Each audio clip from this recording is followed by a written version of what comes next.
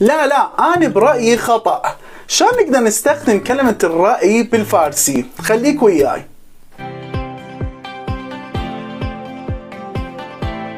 بالفارسي أريد أستخدم كلمة الرأي. هي كلمة الرأي شو تصير بالفارسي؟ تصير نزار. نزار يعني رأي. هسه أريد أقول أنا برأيي. برأيي يصير بنظرم. بنظرم يعني برأيي، بنظرم. أو أريد أقولها مثلا برأيك أو برأيك للمخاطب. برأيك وبرأيك قلنا ما عندنا مؤنث ومذكر بالفارسي، كله يصير واحد. بنظرت، بنظرت، أو نستخدم نظرت. اثنيناتهم نستخدمهم حسب الجملة. خلينا نشوف بعض الاصطلاحات سوا أو بعض الجمل. خلينا نشيكن سوا. مثلا أريد أقول شنو رأيك أو شو رأيك باكر أو بكرة نروح للمسبح.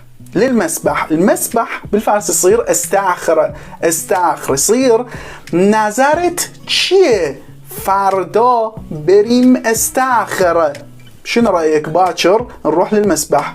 نظرت چیه فردا بریم استاخر؟ نظرت چیه فردا بریم استاخر؟ او هذا المثال الثاني. مثلا اريد اسال احد اقول له شنو رايك او شنو رايك هذا القميص حلو؟ هذا القميص حلو. به نظرت این پیراهن قشنگه؟ به نظرت این پیراهن قشنگه؟ برأيك او برأيك هذا القميص حلو؟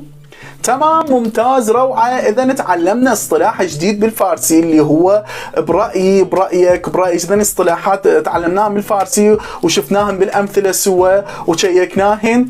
ورا ما سويت لايك وسيف لهذا الفيديو ترجمون هاي الجملة بالتعليقات. كتبوا لي شنو رأيك بهاي السيارة. بالفارسي شو تصير؟ شنو رأيك بهاي السيارة؟ مواظبة، خذت باش، خذ أنا قاعد